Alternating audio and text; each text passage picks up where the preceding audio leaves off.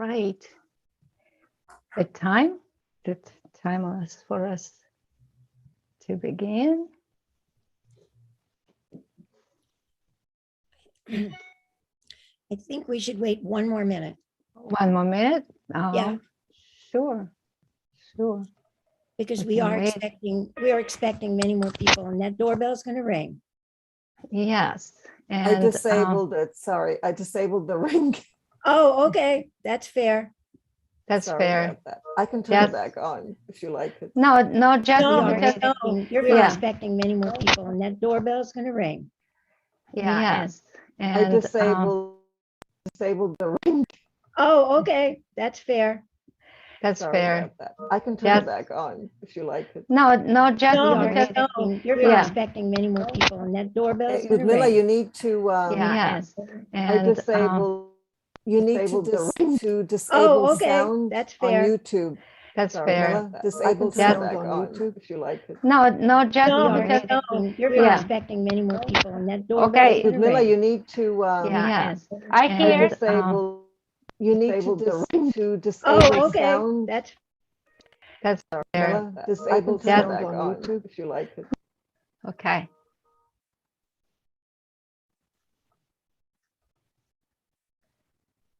That sounds good.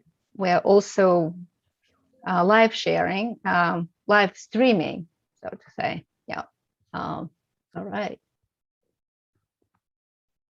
I disable it, and let me go back. So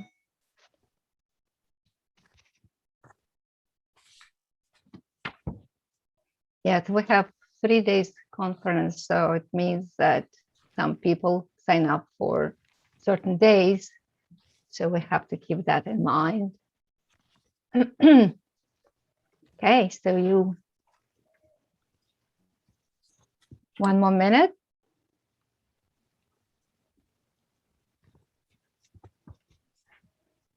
And we will begin.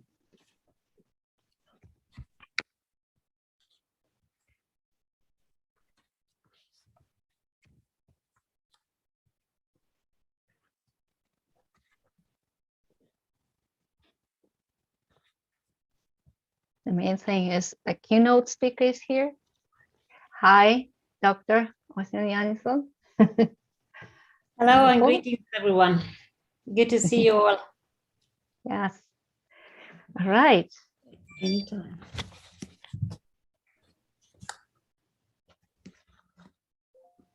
So, Dr. Taylor, shall we begin? Sure, absolutely. All right.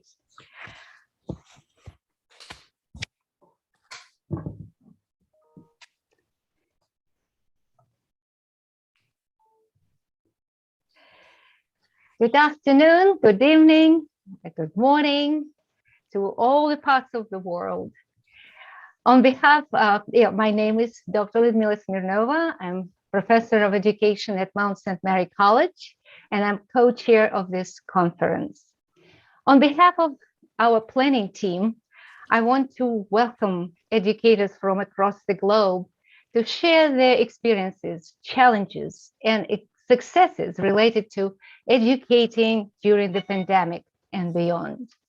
Only 6 months ago, our Sigma Tau chapter, Kappa Delta Pi, International Honor Society in Education, began an informal conversation about educating children, learners during the time of the pandemic, with our sister chapter from Italy, the first honor society in education in Italy, and their partners from Costa Rica and Greece.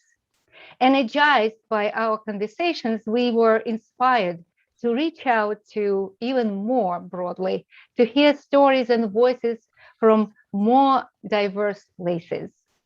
Our first formal half conference in April was called Pandemic Pedagogy, Lessons of Transformation and Resilience.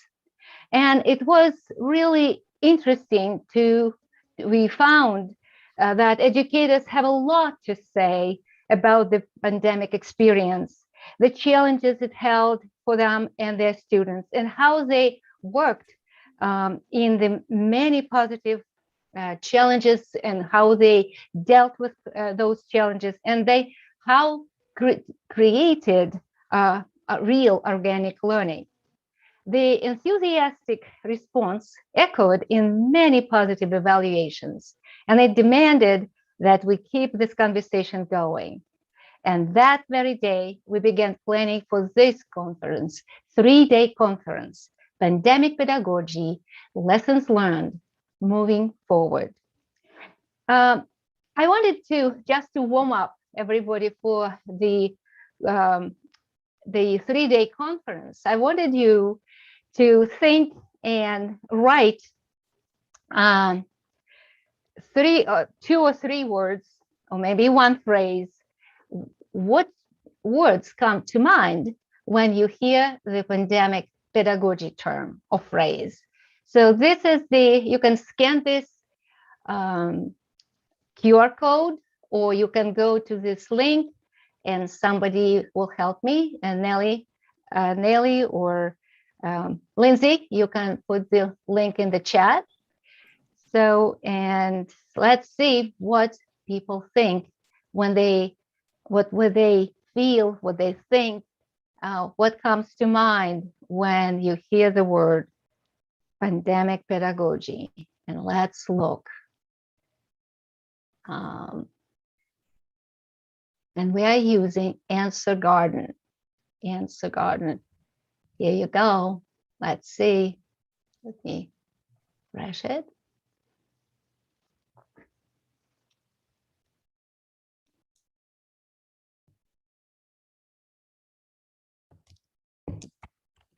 The words come up: challenging, teaching online, discomfort, virtual learning, empathy, chaos, strength, innovative, reclamation, resilience, determination.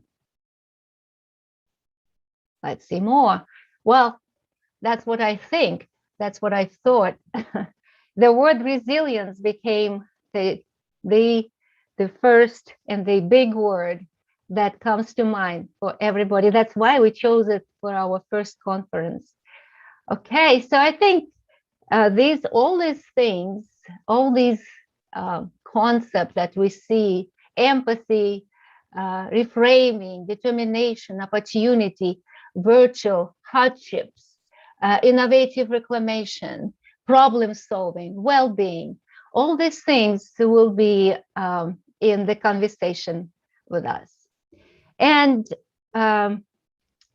so before we begin our conversation, I would like to acknowledge the team that has made this conference happen.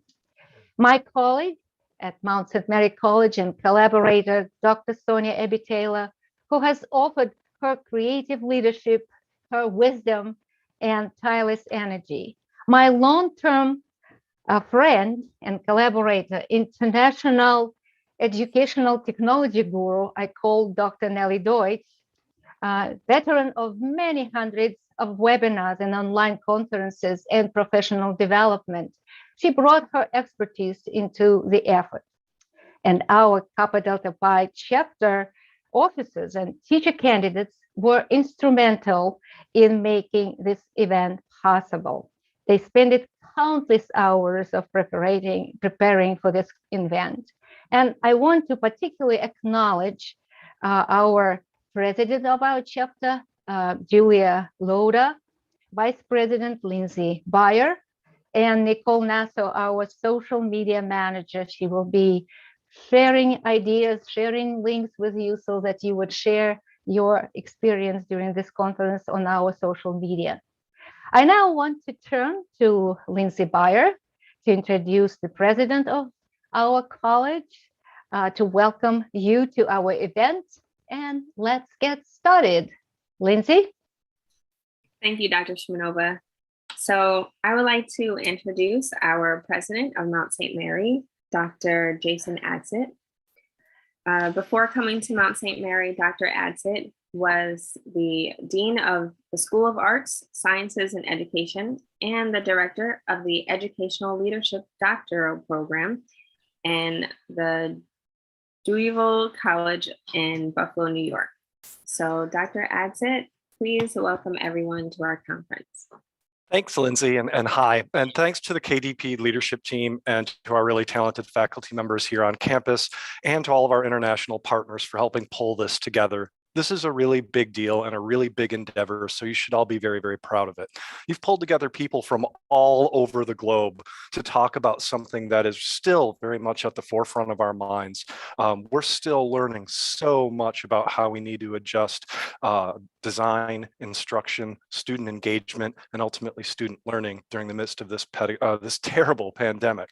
So please, enjoy these fruitful conversations, enjoy the learning that's going to occur, enjoy the sharing that's going to happen. And I would assume we're going to turn over to Dr. Abanza right now, who is far smarter than me, so he'll be much more interesting for all of you to listen to. But thank you all so much. Thank you. Lindsay? Thank you, Dr. Adsit. So before we go to Dr. Abanza, I would like to introduce Nicole, and she will introduce you. Nicole? Hi, everybody. Thank you for Okay. Okay. Nicole, there is a sound problem. Okay, Lindsay, you pick up, Lindsay. To you, Yes. Dr. Bonza. Lindsay, Nicole, the sound is breaking, so Lindsay will proceed. We're fighting over you. How do you feel? That's cool. So it is now my pleasure to introduce Dr. George Abanza. He is the Vice President of Academic Affairs, and he came to Mount St. Mary in July of 2020. He earned his PhD in philosophy from Florida State University in 2005, and he specializes in philosophy of education, social and political philosophy. He is an accomplished author, a respected speaker, and having presented on various philosophical topics at conferences and workshops, nationally and internationally across the last 3 decades, Dr. Abanza will now provide his thoughts and insights as we begin our journey together. So please, Dr. Abanza. Thank you, Lindsay. And you know, you said my name beautifully because it's not easy, but we did get it wrong in the spelling on the frame there, but that's okay. It's Abanza. But anyway, thank you, everyone. And thank you, Ludmila and Sonia, for allowing me this opportunity. You asked for it, you're going to get it. I just fair warning, I was allotted up to 20 minutes. I said, I hope I won't need that much. So I'm going to try to do my best to keep it around 10 minutes or so, but I did want to share some thoughts. Obviously, as Lindsay mentioned, I decided to enter a new realm, a new institution and new responsibilities in the middle of a pandemic. So, you know, I highly recommend it next time to anyone. It's been quite exciting. So the title of my reflections is Frustration, Pain, and Suffering, Pandemic Fodder for Learning. There's nothing like a pandemic to get us thinking about the return to how normal life used to be for us. Surely freedoms, particularly those associated with movement, social interactions, have been restricted. Though still possible by virtual means, communication has nonetheless been limited and forced us to stretch our capabilities for attention. Worst of all, the loss of life, though not itself an unnatural phenomenon, has been both accelerated and acute.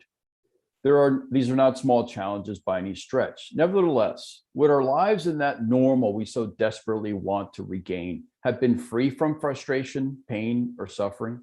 Certainly not. The reality is, we have been challenged to adapt to a different set of unique circumstances, which, like the circumstances of the normal, carry with them the same potential for growth and development. In a sense, opportunities for learning. We've certainly come a long way since our days as hunter-gatherers, not to mention the days when we valued even cooking for ourselves. Substitute for my next example, DoorDash or Uber Eats. Zone Chefs, the food service company founded in New York City, offers 3 fully cooked meals delivered each morning to your home.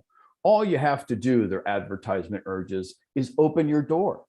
Also gone are the days when children needed to make a connection between their education and survival.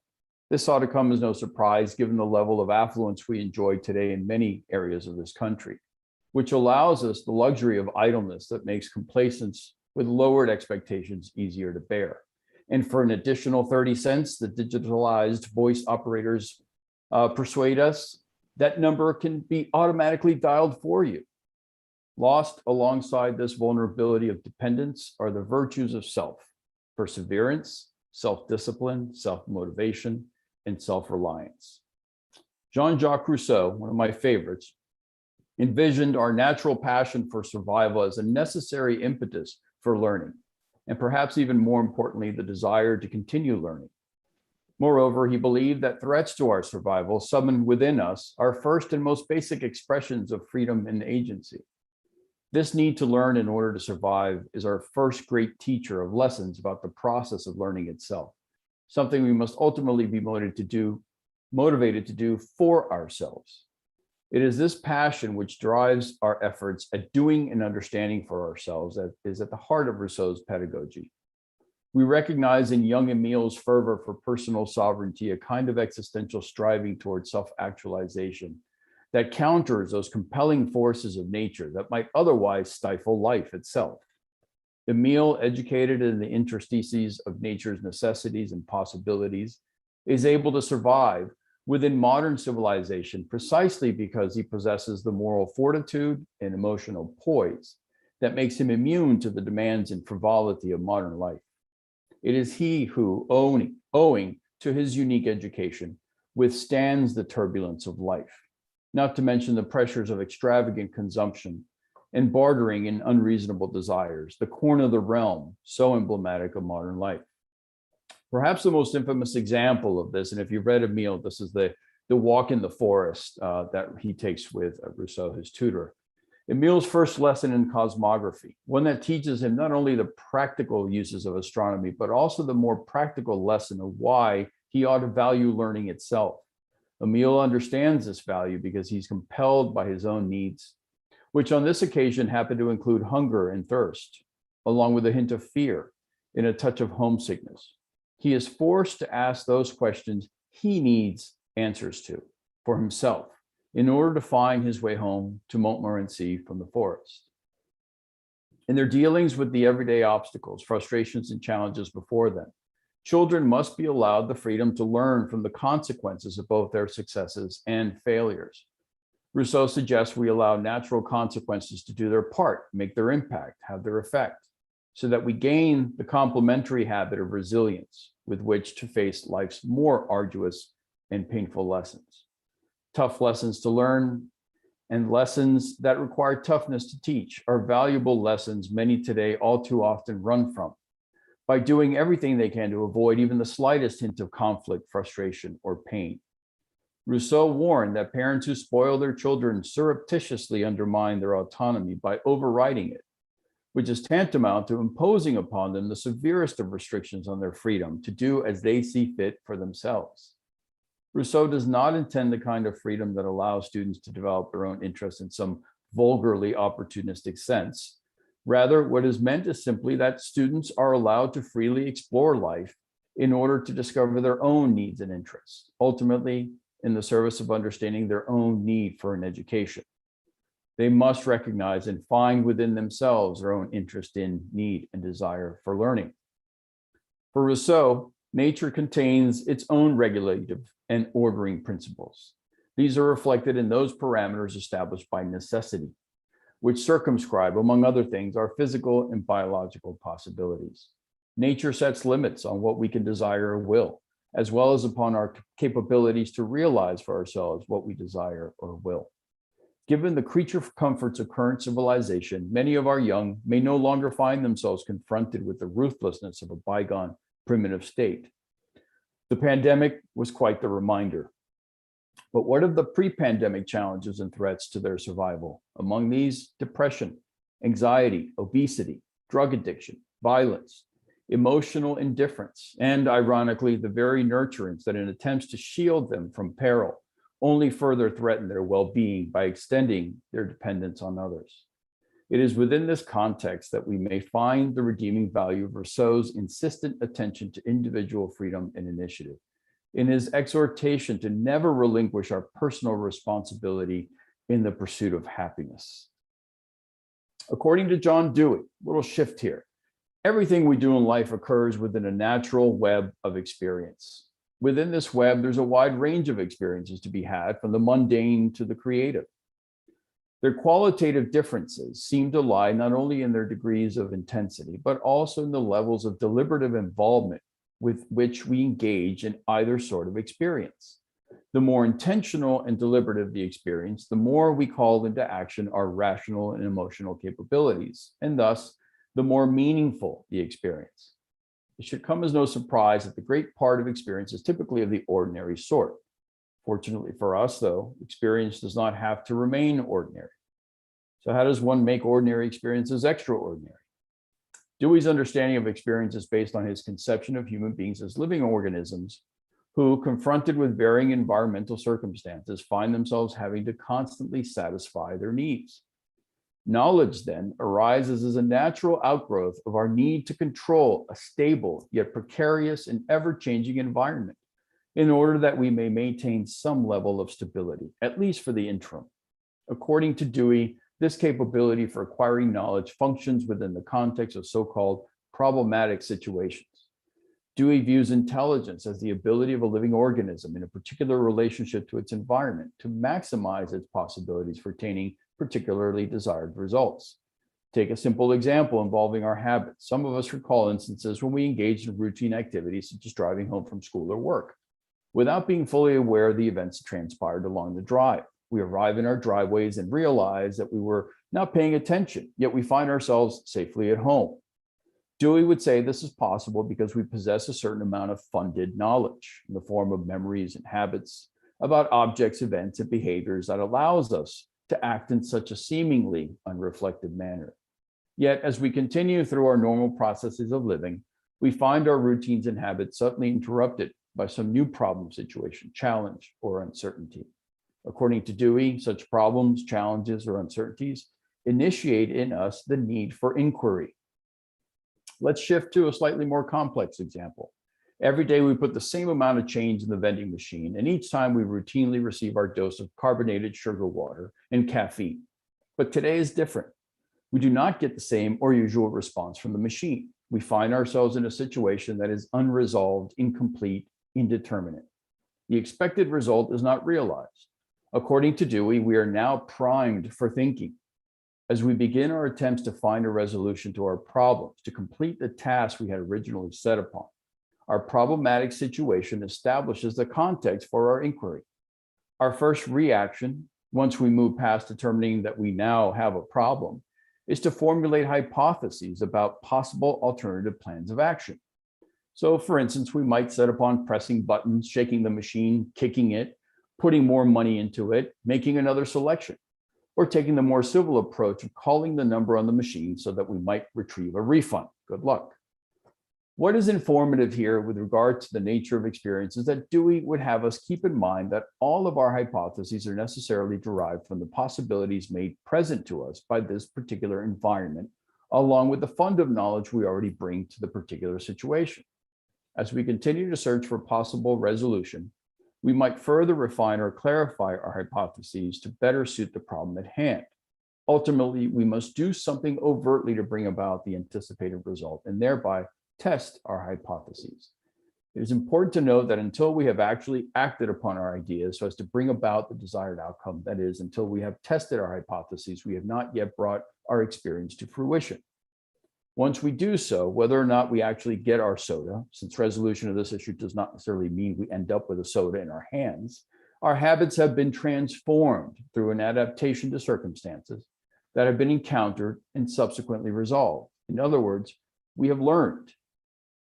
This routine ought to sound familiar because it's no different from the scientific method, which Dewey referred to as the method of intelligent experience. The human living organism, finding itself in a state of equilibrium temporarily, relies on previous habits and knowledge.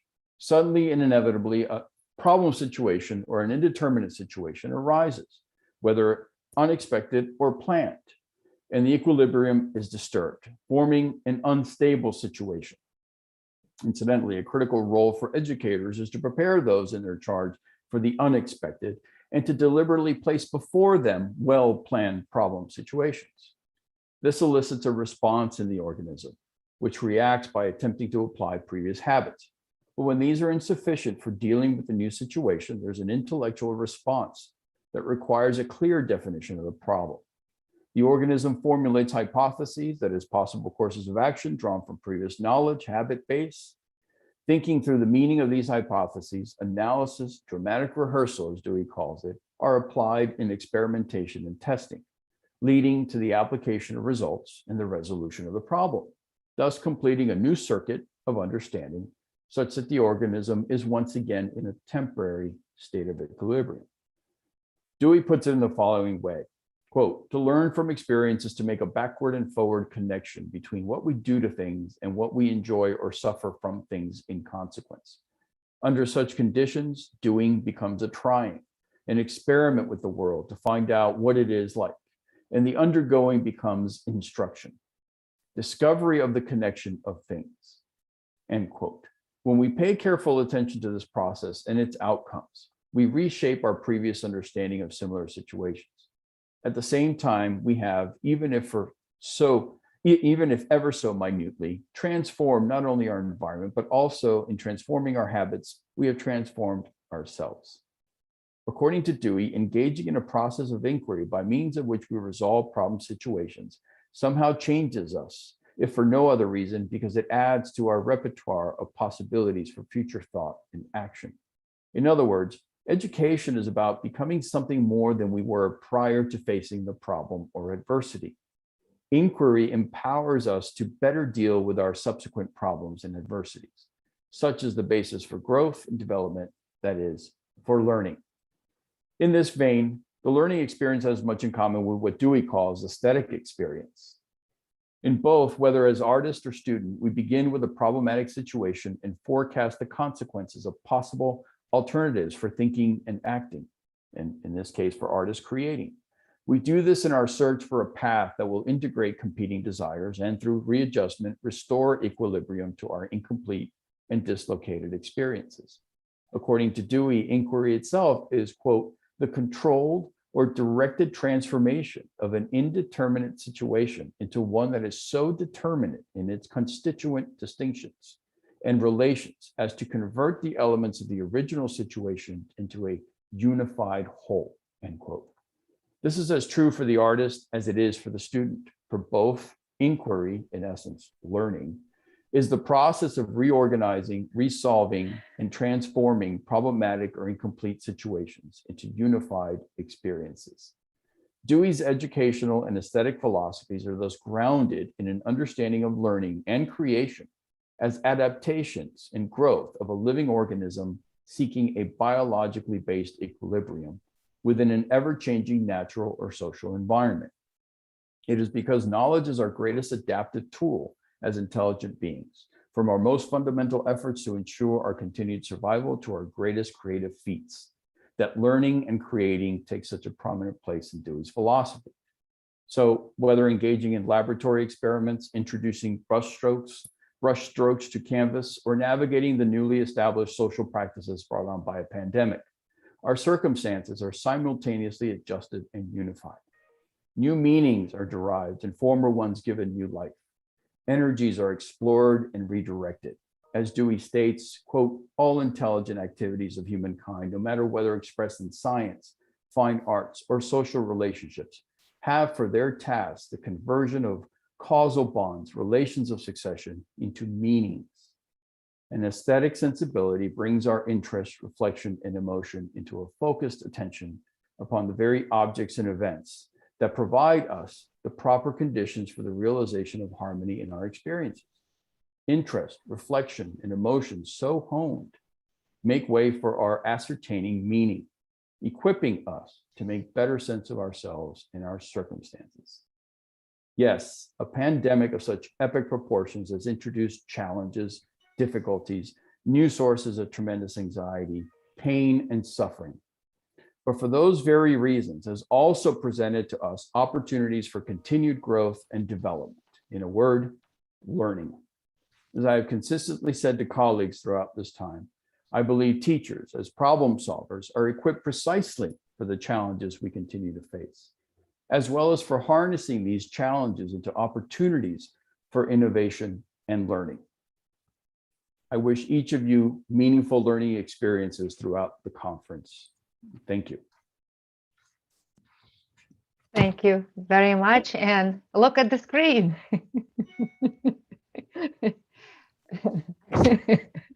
Thank you. Beautiful. Yep. Thank you, Dr. Labonza. That was informative and interesting and tied back to so many of the things that we think are going to occur during this conference. Very inspiring.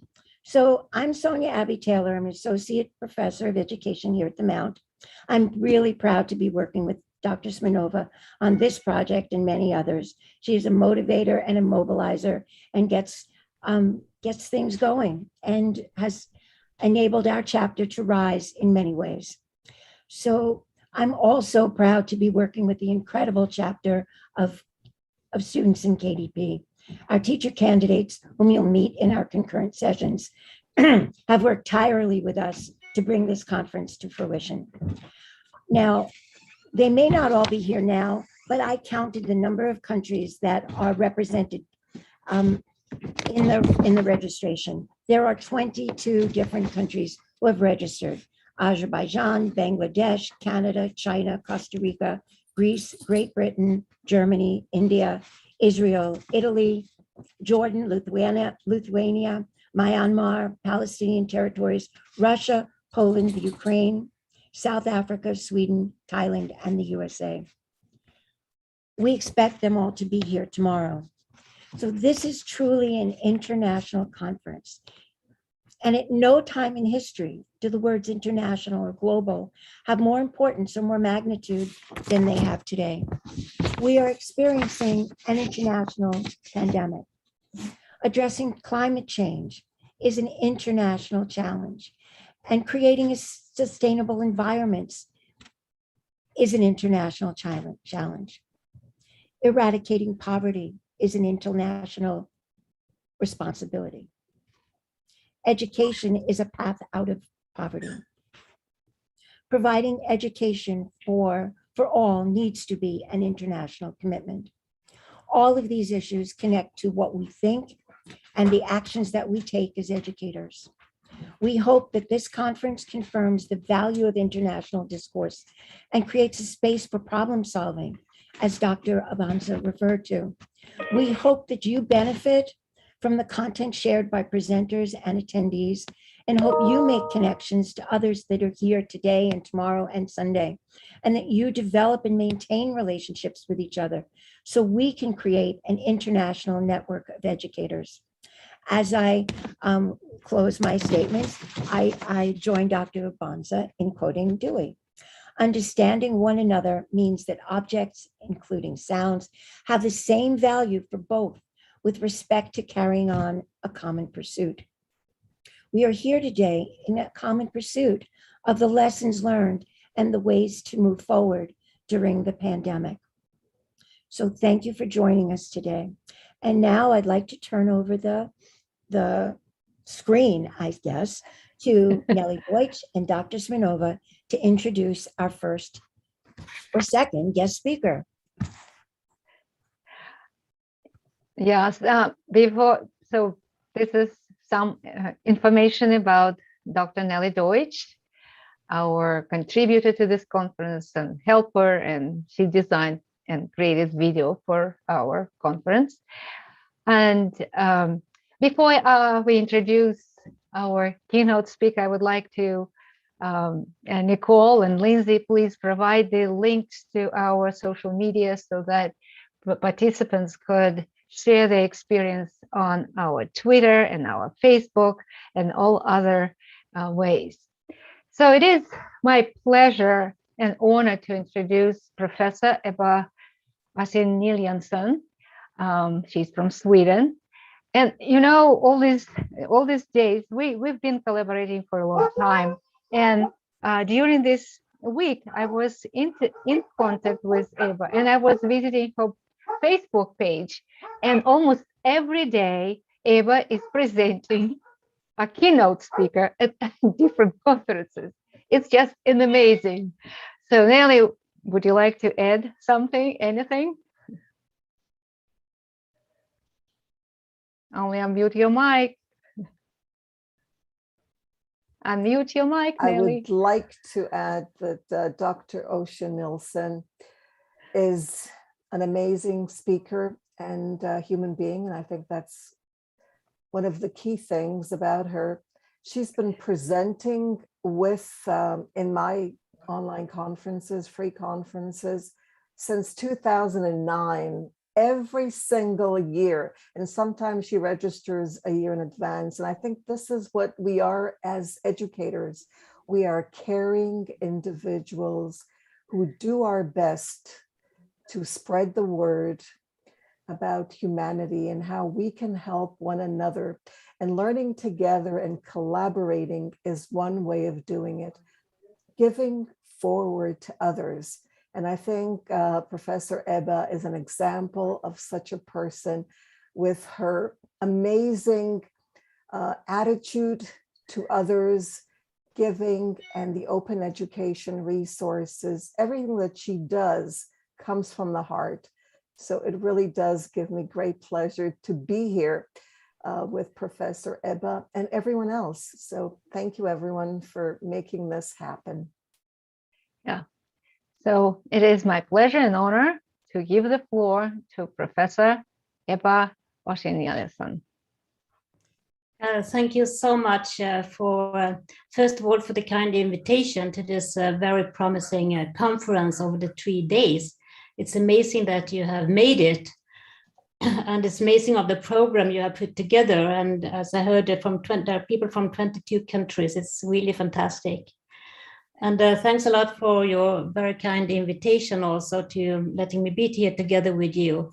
And as both Ludmila Smirnova and Nelly Dodge has said, we have known each other for several years by now. And it is always a great pleasure to collaborate with you and to contribute and to learn together, because I have learned so much together with you. And as especially Nelly knows, my motto is caring is sharing and sharing is caring. And I started my presentation with that, but I always end my presentation with that as well, because that is really, really important. So thank you so much. I will see if I can then share my screen. Yeah, so you have co-hosting rights, you should. Yes, I got that now, thank you. I also have a video, so I think I should tick the box share sound. Is that right? Yes. I think Share so. Sound. Mm-hmm.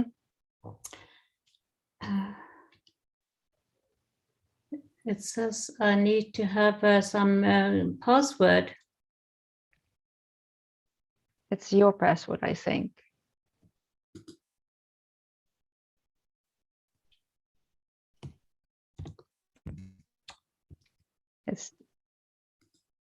It should be to your yeah, okay. Yeah. Can you see my screen by now? Yes. And can you hear me well as also? Yes. Yes, fantastic. So I am greeting you from Sweden, and I think the common word to greet each other nowadays is good morning, good afternoon, good evening, good night, or whatever it is. For me, it is 9 o'clock in the evening, so I will say good evening, but I know that you are more or less in the middle of the day, most of you maybe. So I entitled my presentation, Social Emotional Learning and Seamless Learning for the Futures. And I have the futures in plural because it's important, because there's not just one future which fits all. There are many futures. If you wonder why I had a presentation of myself, is because I always put my slides in SlideShare, and sometimes I felt it good to have it. When you look at others' presentations, it's good to see who is the person behind it. So for today, I would like to touch upon some of those themes about the SDGs from United Nations, the futures of education by UNESCO. Of course, about the pandemic and the post-pandemic, open education, seamless learning, social-emotional learning and empathy, trends in learning and trends in workplace learning. And I will also say something about micro-learning and micro-credentials. Of course, that belongs to workplace learning as well.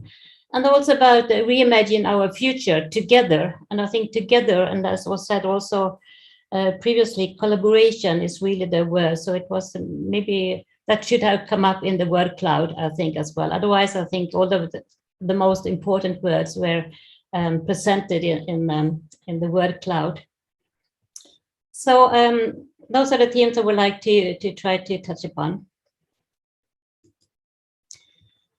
We have to remember that even before the pandemic, there were a lot of initiatives going on, not at least the one from UNESCO and the United Nations.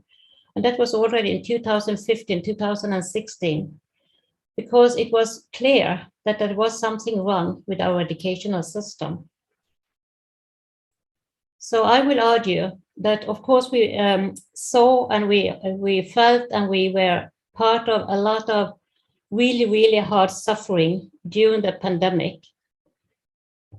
But and of course, it was terrible, and it was so many people suffered and dying, and societies were so much suffering.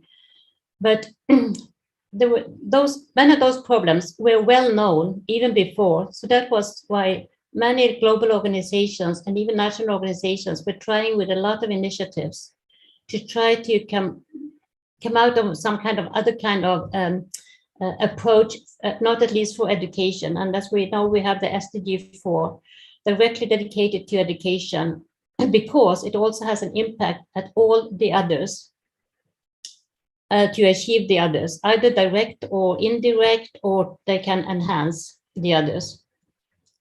We also know that already in 2019, the OER recommendation was adopted by all member countries in UNESCO for opening up education to the world, because that is needed to reach the SDG 4. Quality education for all. That is the only way which is possible with opening up education and with the use and reuse and adaptation of open education resources. Because otherwise we had to build one university a day around the globe to reach out to all those billions of people living at our planet.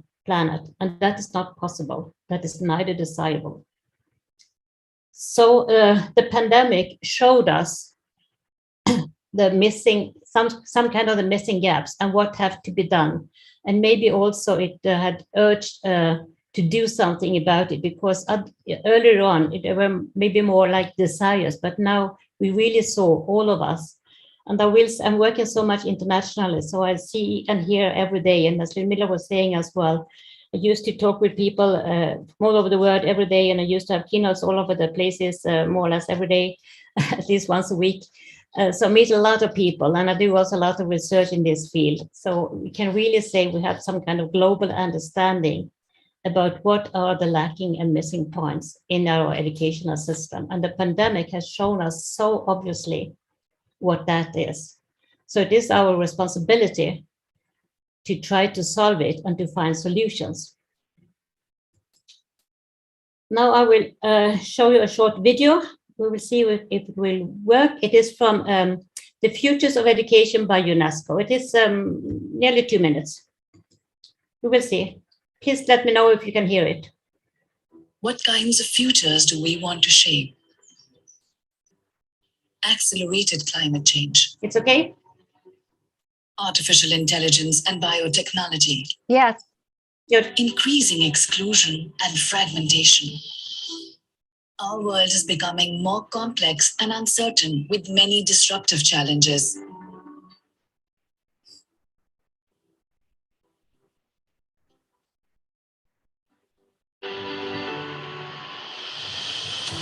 Knowledge and learning are humanity's greatest renewable resources for responding to challenges and inventing alternatives.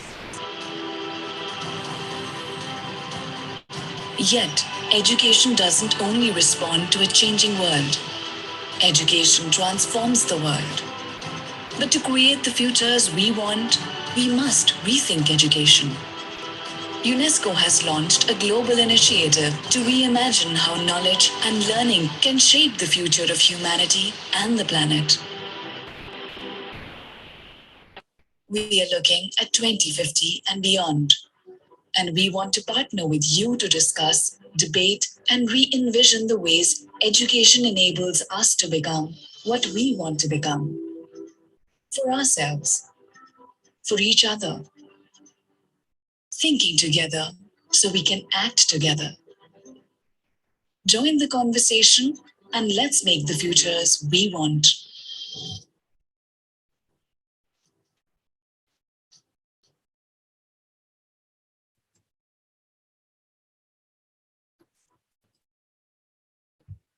So let's make the future we want.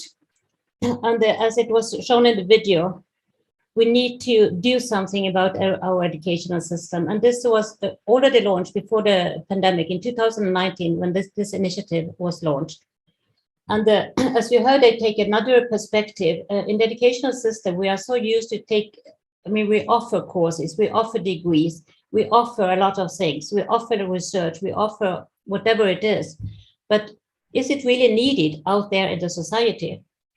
This initiative take another perspective about the people, about the societies and the individuals learning to become what they want to become, which they not yet have become. So how can the educational institution live up to that?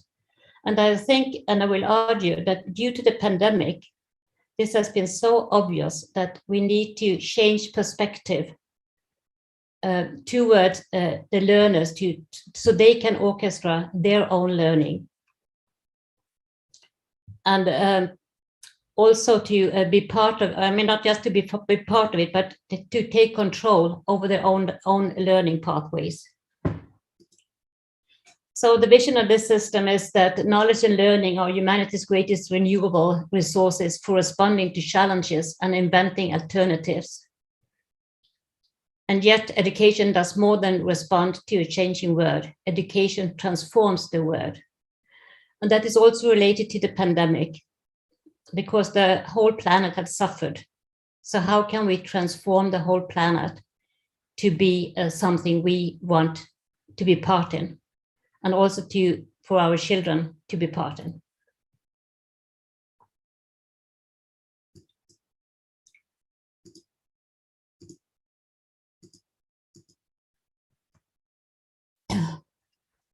Education is one of the key pieces of the 2030 agenda. We all know that. And this initiative is built on the 2030 agenda. But it also went a bit forwards up till 2050 and beyond. Of course, that seemed to be quite far ahead, but maybe not. To reach there, we have to start maybe yesterday, at least. So a lot of things was already ongoing before the pandemic, because there were needs to change the system. And to the COVID and to the pandemic and all the people who have suffered around the globe, it has been so visible and so obvious and so clear that education is not just about degrees, content, exams, etc. It is about well-being, it is about social context, it is about food. Some people during the pandemic, for example, they didn't even get a meal for a day, because the school was the place where children got the meals. So that was also a real problem.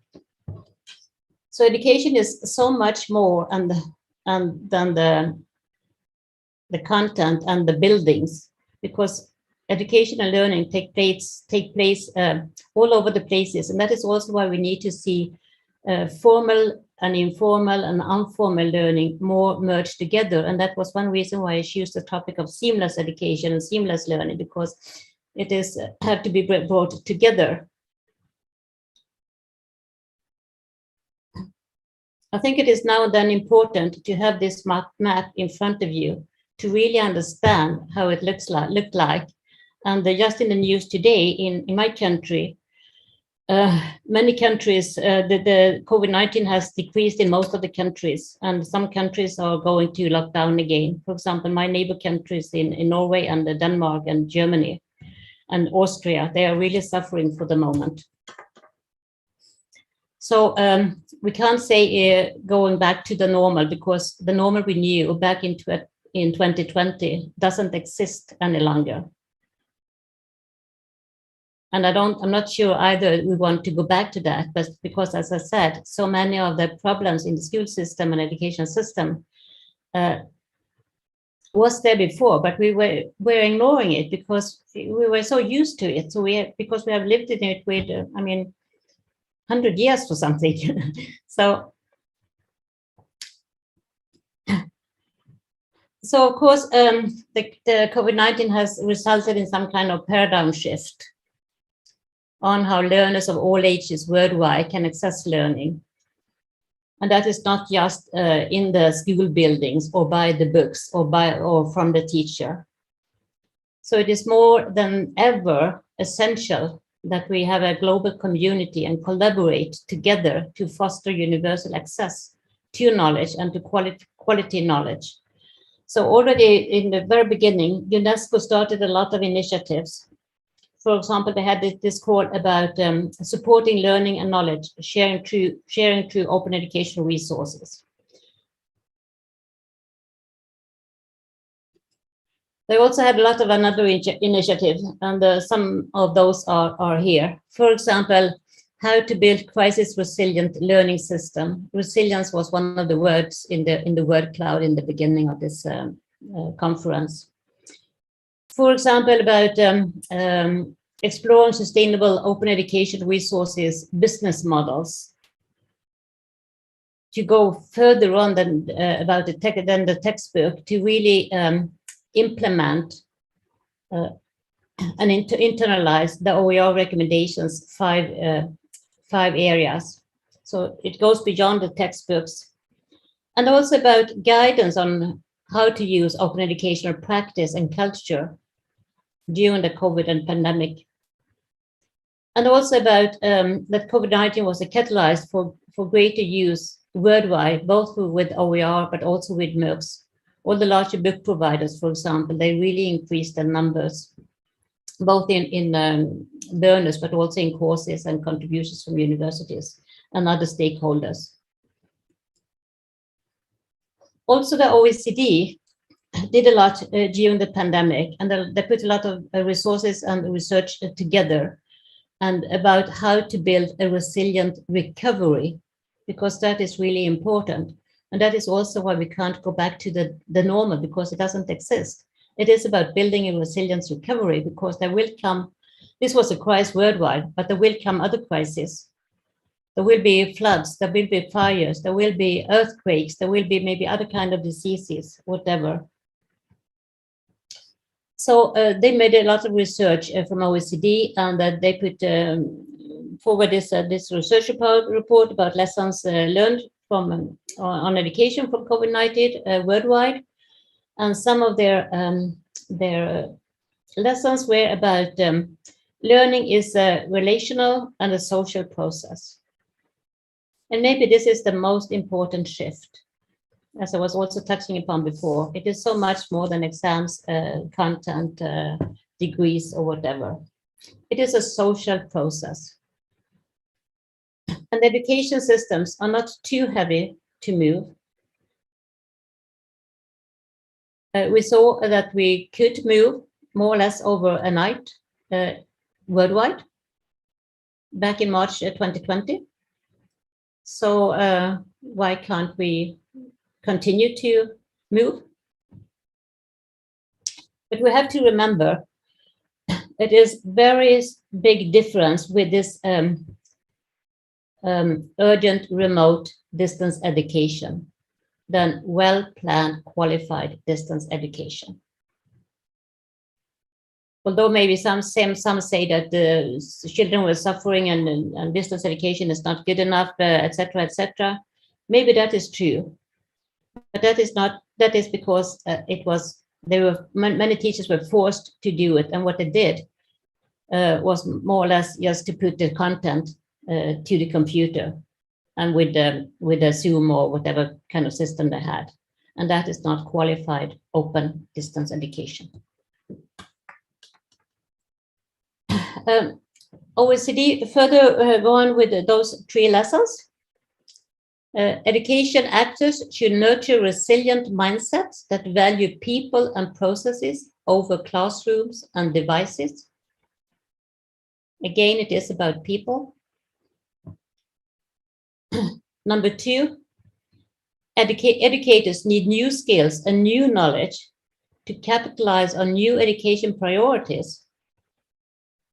And lesson 3, addressing learning gaps now will minimize disruption in students' educational journeys.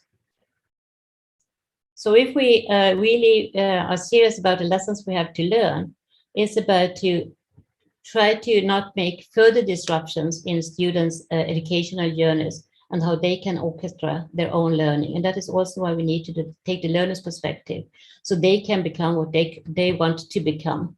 And for example, for number 2 here,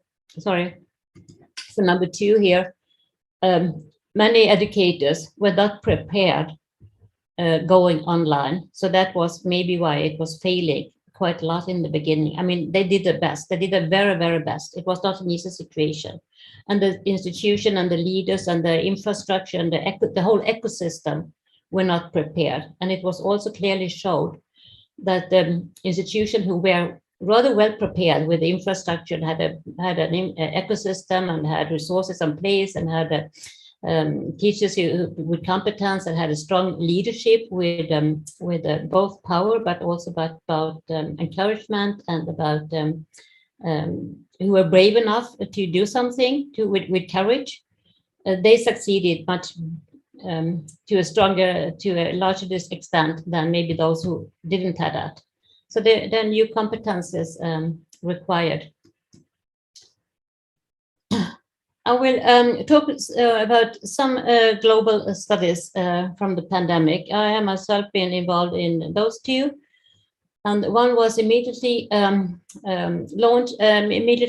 initiated by some researchers, and we were some 60 researchers from 31 countries, and the countries are here on the map. So we reached 62.7% of the whole world population, and that was not that bad. And we did it in 1 month, and we did it online. And most of us didn't know each other before. So even this research process and the methodology show that the importance of collaboration and that we together could do something due to, of course, the disaster with the pandemic, but also due to the technology and online possibilities we have. So the purpose was how to better understand this uncertainty and navigate through it. And some of the findings, which have also been described earlier on by my previous speakers, is that it wasn't so much about the content and the exams and those kind of things. It was about psychological press. It was about the emerging educational roles of the parents and schools. And many schools were maybe not so used to work so close to the parents. And the parents were absolutely not so used to take the role of an educator for the children. So there were no new roles for all. And to support communities and mechanisms were very important, and sometimes that suffered, of course. There were issues about pedagogy of care and trauma-informed pedagogy. It was about surveillance, ethics, and data privacy concerns. Of course, the digital divide was very obvious from those who were very well equipped, but they were also part of the world where maybe they just have, one mobile for a family with parents and some uncles and aunts and some 7 to 8 children and living in a flat. And maybe the parents were unemployed and everything had to go on in this flat with maybe just one mobile and maybe no connectivity. So it was not easy, of course. So the digital divide became very, very obvious. It was also shown very clear that the essential skills or the social competences and skills, which we sometimes call the soft skills as well, and the digital competences were very important. Of course, it was clear that inequality, and social justice were shown worldwide as very strong remarks. And it was also shown the matter of openness and open education. People were sharing, and the culture of sharing were very, very strong. And it just also more or less happened overnight because we had to help each other and we had to come out and do the best of the situation. So in summary, there were some social issues, there were some pedagogical challenges. It was about harnessing technology for teaching and learning, and there were a lot of psychological dimensions. And as you see, worldwide, it is so much more than content and lessons and books and this kind of things. So maybe a final thought about from this research is, as well as creating problems in the educational landscape peculiar to COVID-19, the pandemic in fact exposed and surfaced already existing problems. And that was also what I stressed from the beginning. So we can't blame the COVID for all this kind of things. It was already existing. Another study, also a global study. Here we were 13 researchers, also globally, and we tried to map both open education but also open science and the practices and uses of that. And we came more or less to the same kind of findings as the previous one. So in a summary from those studies and also other studies which have been carried out during the pandemic, there is a lot, that's really a lot out there. It is very much about collaboration, about openness. And then we have to go back to what is openness about. It is about open as to people, open as to places, open as to methods, but maybe more important is open also to ideas, because there was a lot of experimentation in sometimes bad, but sometimes very good, because people needed to innovate.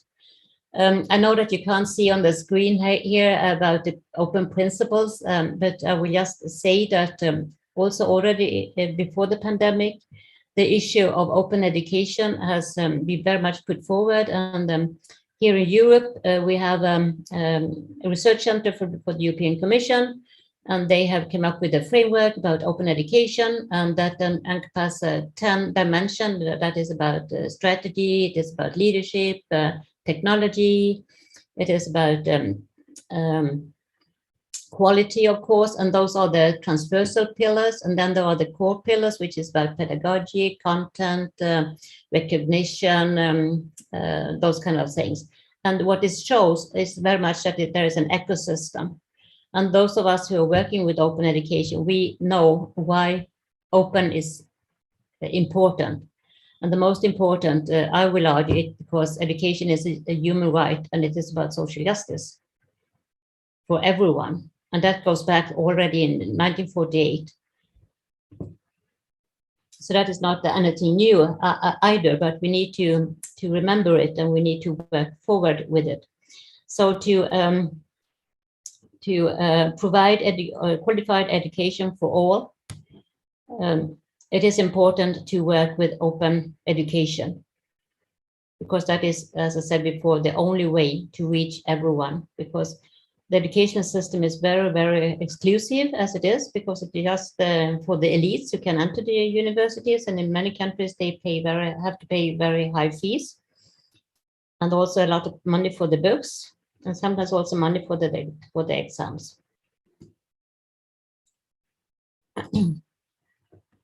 So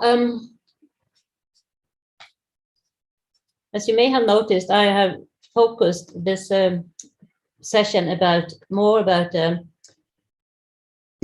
issues from the learner side, from the individual side, and from the social emotional side, not so much about as content and exams and those kind of things, because I think it's very important to argue and stress about the social emotional dimensions of learning, because we also already know, and also know it was also presented before about Dewey, that when we are motivated, then we can learn. If we're not motivated, then we can't learn. And when we are in anger, when we are in fear, then we can't learn. So the social emotional learning aspects are very, very important. So what does it mean really? It used to be said that it applied to the knowledge, attitudes, and skills necessary to understand and manage emotions, set and achieve positive goals, feel and show empathy for others, establish and maintain positive relationship, and make responsible decisions. So how do we really apply that in our education today, in our curricula, for example? Maybe you do. I don't see that very often because it take for granted. This definition is coming from Casal. So what is it really about? It is about relationship, how to build healthy relationships, and how to build meaningful relationships with a variety of individuals from varying backgrounds. Quite often in schools, they are coming maybe from the same kind of district or the same kind of areas and the same kind of background, rich or poor or whatever, but not very diverse. So to learn to know yourself, you also have to learn about diversity. It is about self-management.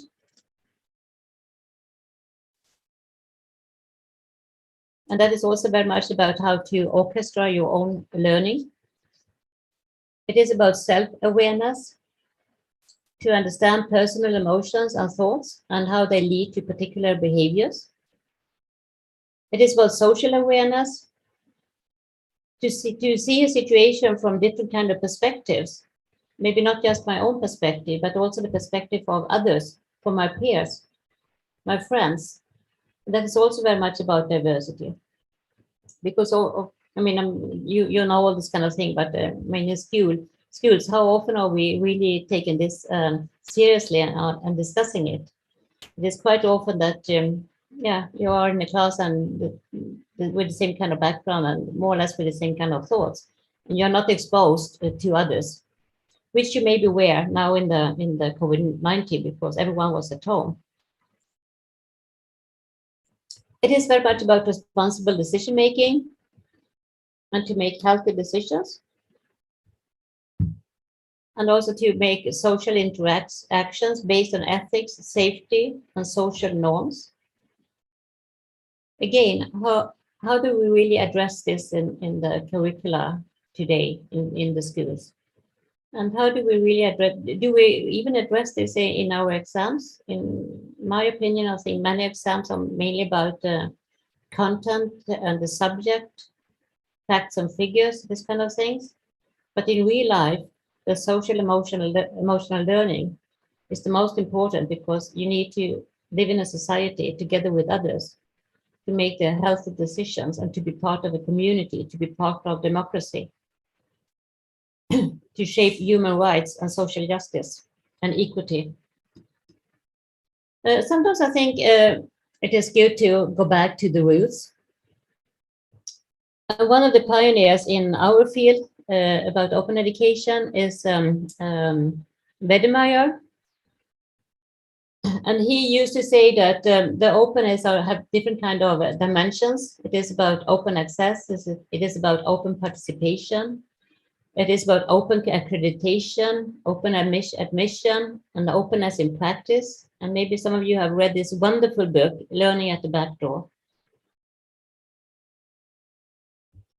How this little guy was just, looking to the door where all the privileged white people were sitting in the classroom, and this little guy was standing in the just looking to the door, learning what they were saying in the classroom, but he didn't have access to the classroom.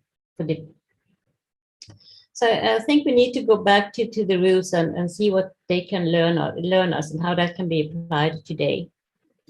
And another one is Börje Holmberg. He's a Swede, by the way.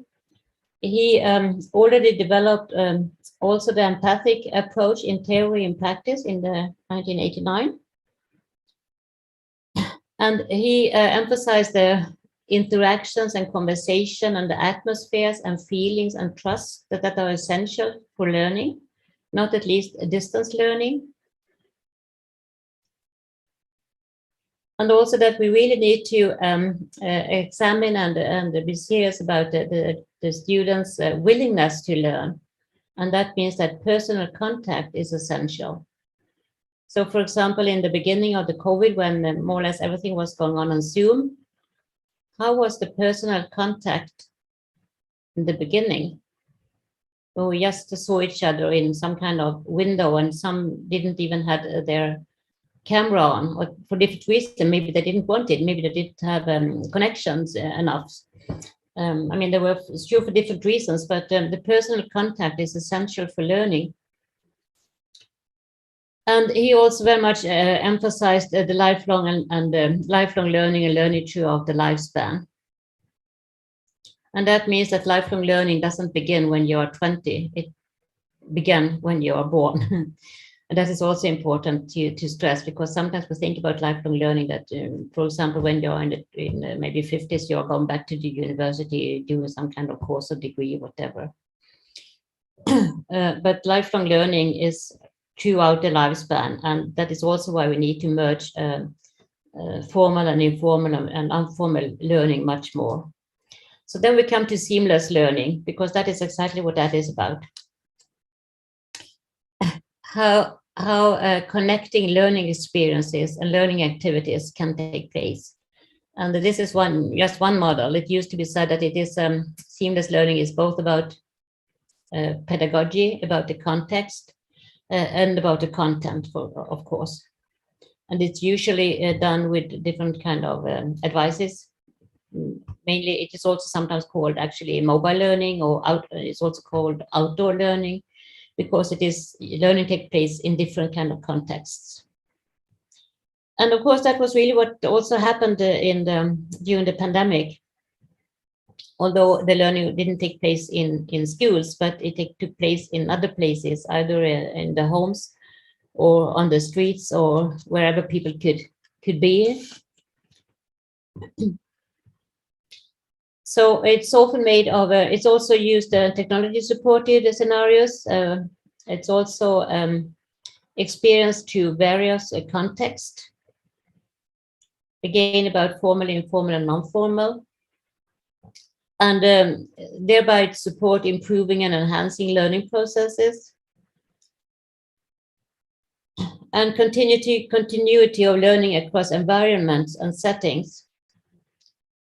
I think we have heard, many of us in our countries, that if we are going back both to schools or to working places, those buildings need to be shaped in different kind of ways, because learning with the content can take place in other ways.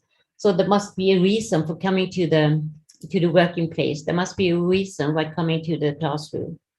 It's not just to listen to the lessons or during the exam. There not need to be a reason, and the reason is mainly of social, emotional character. So, so seamless learning is very much that the classroom never ends. Just to say some example, seamless learning is about across times, across locations. It is about ubiquitous access to learning resources, encompassing physical and digital worlds, combining use of multiple devices, and also about personal and social learning. So actually, it encompasses and embed everything what we are talking about, what need to be changed. Also, before the pandemic, the Open University in UK, they always annually publish this kind of reports about innovating pedagogy. And this was 2021. So previous year they came up with a lot of new items and innovation about technology. But the last couple of years they have had other kind of themes. For example, for this year about best learning moments, because we really can learn best when we are motivated, when we are in a good mood, when we are healthy, when we really want to learn. And they also have this gratitude as a pedagogy. And then, of course, chat boots and other things. But also what is important is about student co-creating teaching and learning. I will argue that we need to stop to talk about we and them.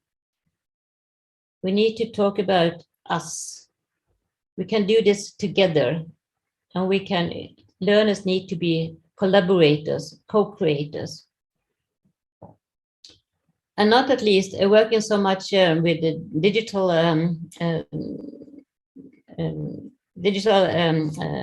things and technology. Sometimes the learners are maybe more equipped and maybe more have more knowledge than maybe the teachers. So those are just some of the themes, but I really like the gratitude as a pedagogy, because that goes again back to empathy, well-being, social, emotional dimensions, and also about the best learning moments. How can we really facilitate the best learning moments? EDUCAUSE also use this annual reports about trends in higher education. So for this year, they have social, technology, economic, environmental, and political. And what I think, though, this both reports show very well is that we need to take the ecosystem and see that there are different kind of dimensions, and they need to be embedded and integrated within each other. For the working place, some trends is about there are needs for reframing soft skills, or rather social skills. I think both you and me, we see quite often when we see advertisements, which is not so often anymore for a job, because most of the jobs are taken by, are given by networks or peers. But in case there are advertisements, of course, it's good to be a teacher or a nurse or whatever, or an engineer. But what they're really asking for is about those social competences, like problem solving, like collaboration, like innovation, like communication, like working together. I think you remember the list. So in this report, they stress about power skills. That is leadership, communication, productivity, personal development, and wellness. And about the technical skills, it's more like marketing, like financing, etc. And then the technical skills is about all the technical skills we have for not at least for the digital transformation, what that will bring to working places. You can't talk about learning and education and working places without talking about microlearning, because I think that is coming more and more, to have small pieces of learning just for me and just in time learning, not to have those enormous courses lasting for one semester or whatever, or several weeks. And especially in working places, because motivation is so important, just for me and just in time learning. But maybe you can build on, to collect a lot of different kind of small modules, and then there can be some kind of larger model from that. And I think that will also be a change due to the pandemic, because people get bored so quick. And earlier on, we didn't recognize that so much because we were used to it. It was quite tiring to sit in a classroom for several hours. But with microlearning, you can really keep the motivation and the energy very high. And then we come to micro credentials, that with those micro model learning, you can build your own credentials. And that is also, again, we need to go away from the content, the assessment, the degree, etc., because there are so many other ways, and also that the working place to be an active citizen in the society, there are needs for other kind of skills. So I will come back to the futures of education, which you started with. They had a consultation already in 2019. And you could, organizations, individuals, and companies or institutions or whatever, they were called for public consultations. They could take part in maybe running a workshop. We did that, for example, with ICD, the organization I'm working for, but also for my Swedish Association for Distance Education here in my country. We did that at one of our conferences, and you could write a blog post, you could answer a survey, and they got those responses. Plus 400 focus groups were discussing. 6,300 participants from all countries. 3,200 were written submissions. 85,000 responded in this survey. 7,500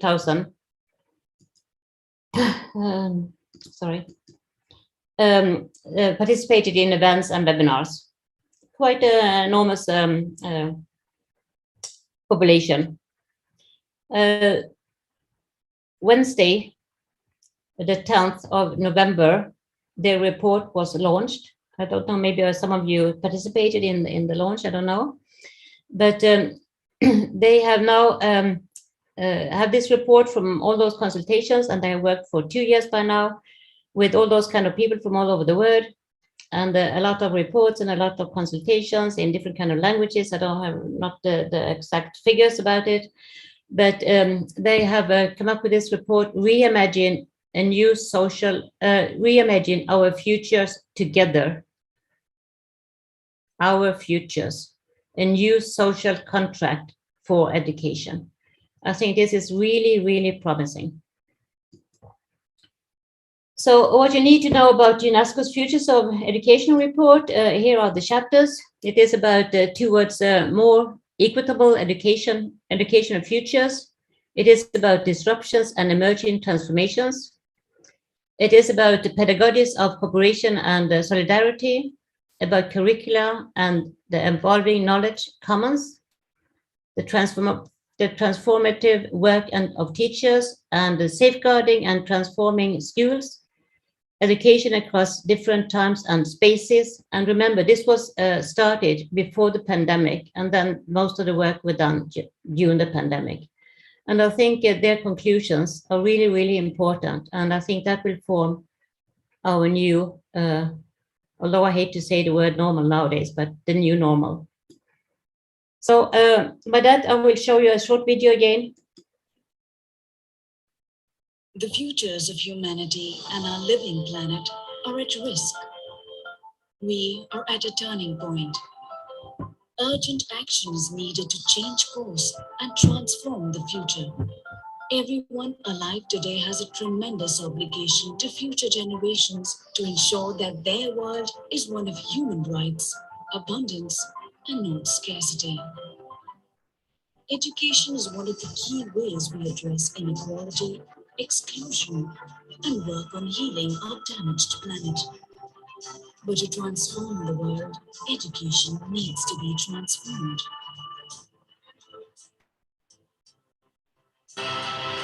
UNESCO launched its Futures of Education initiative to bring the world together to reimagine how education can shape the future.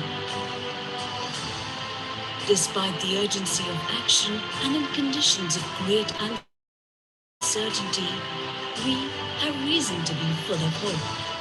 Education can help us make a peaceful, just, and sustainable world. For this, we need to renew education by asking, what that we do now should be continued, what should be abandoned, and what needs to be invented afresh. A new social contract for education needs to be built. Collectively, we must strengthen education as a global common good. Let's all work together in our communities and across the world to ensure that education best supports our shared futures.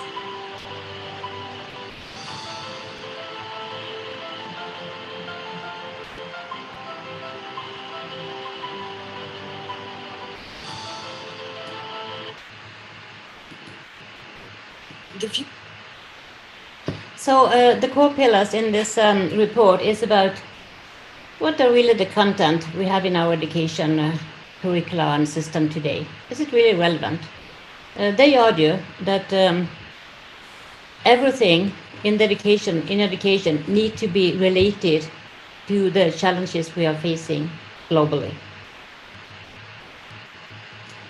And that means also that tools, pedagogy, and procedures and processes need to be redefined, retransformed,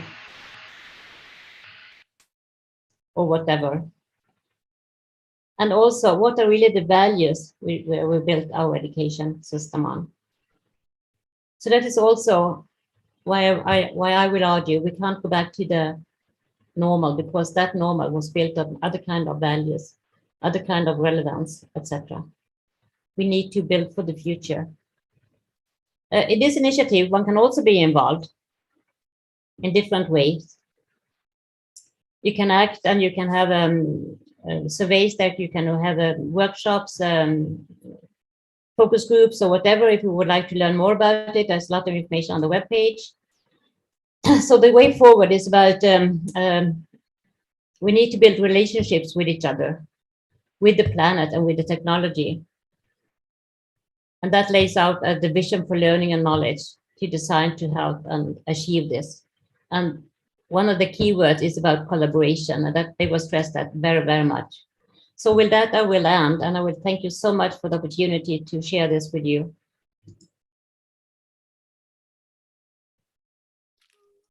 Thank you so much. I learned a lot. Thank you. Thank you. Very insightful, enlightening, and inspiring. And what the major topic and the major message is about us doing it together, being this together, co-create, collaborate. And that's what we started doing. And that's what this conference is about. We are co-creating this new learning, new environment. So this is the first day. Thank you very much, Eva. Yes. Thank you for the opportunity, and that is, and congratulations again for organizing this conference, because as you're saying, that is really what this conference is about, learning to get together and to make the journey together. Yeah. Questions from our audience. Questions.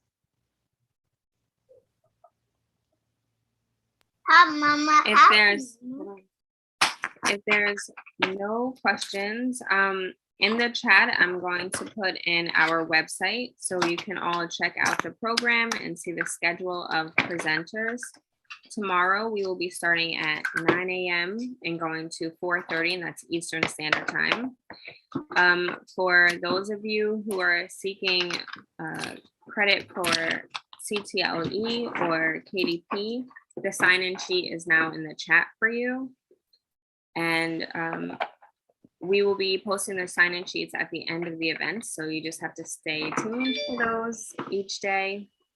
And remember to post about it. Join our Facebook group, hashtag PPC21. Let's share our thoughts and we can collaborate together.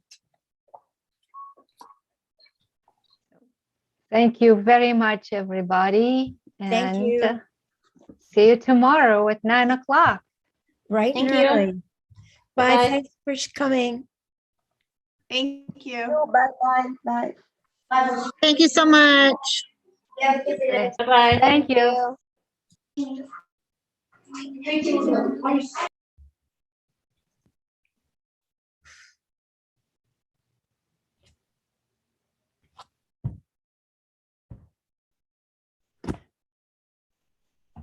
So now we can stop recording. Stop recording. Thank you for reminding me. Recording stop.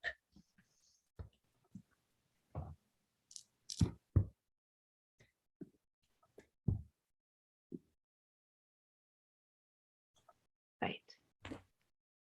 Does anyone here have any questions or any thoughts they want to share? I want to say thank you so much.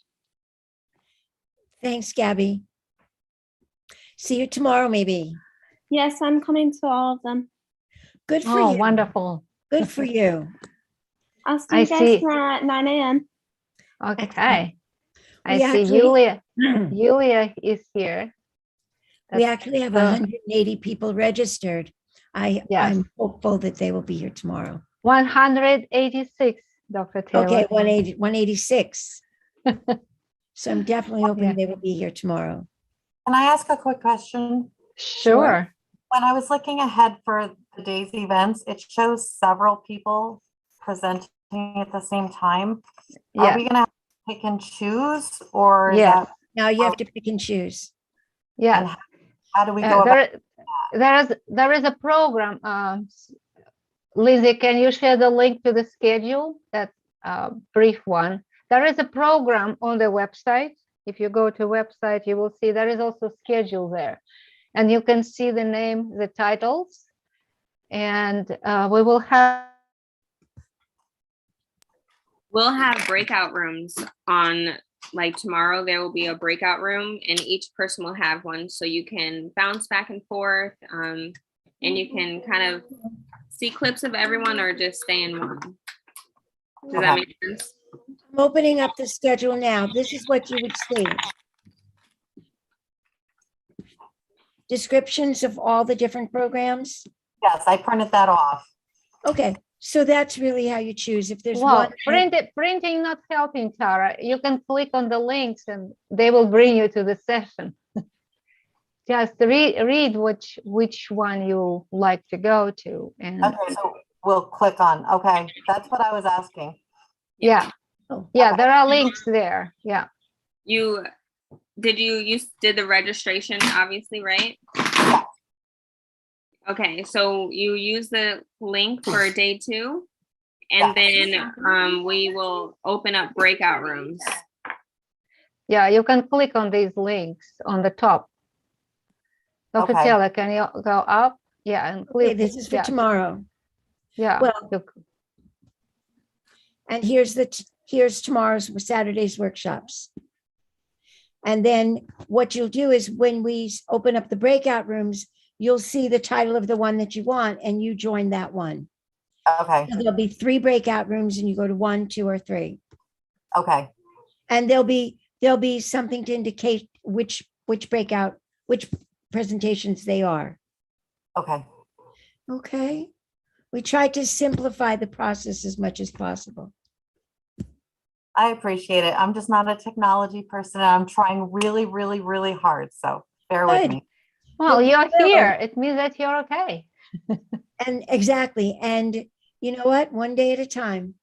The technology is not going away and neither are you. So it's just a matter of practice and getting comfortable with it. Okay, Okay. I will see you guys tomorrow then. Wonderful. Yeah. Yeah. Thank you.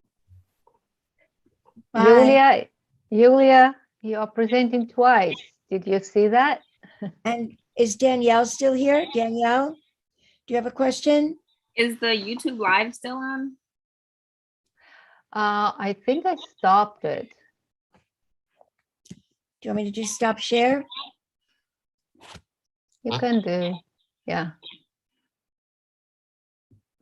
I stopped video. Okay. And recording was paused. That's good. Danielle? I think she's not here. I think Yulia?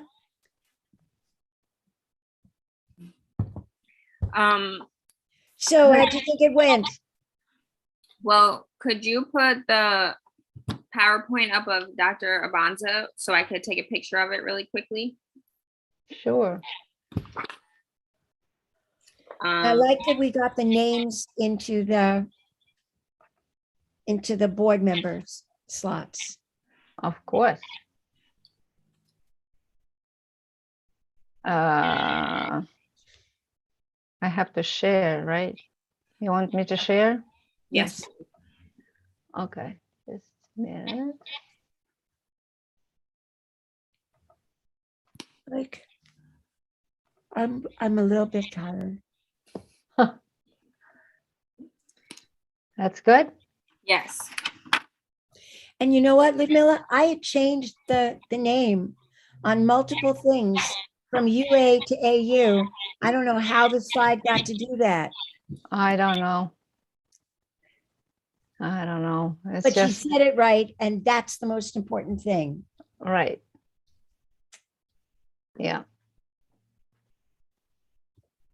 All right. So So we're meeting tomorrow, at 5, right? I I don't think know. so. We're supposed to, No, I with don't. the KDP board. yes, with the KDP board. Wait, when? Today? Yeah. Oh my I God. thought we were doing, wait, okay, now I'm lost. I thought we were meeting with our writing Dream group, team. with our dream team group. Right. So what do we, so what do we, Oh, So wait a I minute. think now okay, why are we meeting with the board? So the last meeting we had together, I don't know, yesterday, I think, we said do a like a Oh, decompress meeting okay. or something. You mean And then- another rehearsal? Well, for tomorrow, or just to talk about how today went. Okay, so we're not having our dream team meeting? Well, so I